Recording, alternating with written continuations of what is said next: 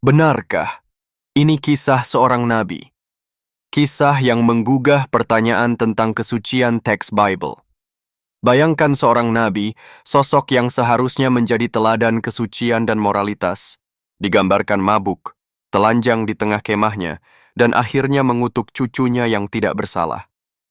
Itulah yang tertulis dalam Kejadian pasal 9 ayat 20-22 yang menyatakan bahwa Nabi Nuh mabuk karena minuman anggur yang dibuatnya, telanjang di hadapan anak-anaknya, dan kemudian mengutuk Kanaan, cucu yang tidak memiliki kesalahan apapun.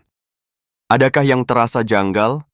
Seorang nabi yang dalam Kejadian pasal 6 ayat 9 disebut sebagai orang yang benar dan tulus hatinya, digambarkan melakukan perbuatan tak senonoh.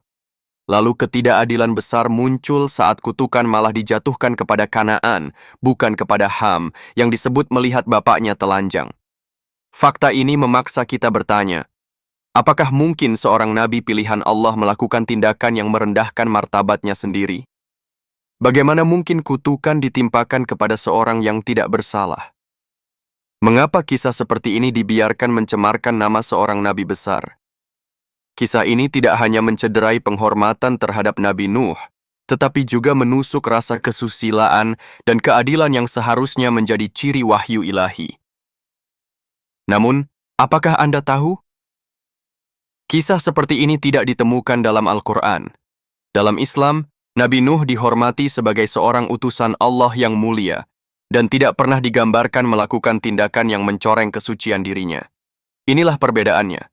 Al-Quran menjaga kemurnian citra para nabi dari kisah-kisah yang tidak masuk akal, menegaskan bahwa mereka adalah teladan moral dan keadilan sejati. Teks ini datang sebagai wahyu terakhir, menyempurnakan dan meluruskan kesalahan yang telah menyelinap dalam kitab-kitab sebelumnya. Jika Anda pernah merasa terganggu oleh kisah seperti ini dalam Bible, inilah waktunya mencari petunjuk yang lebih jelas dan murni, sebuah wahyu yang bebas dari penyimpangan manusia.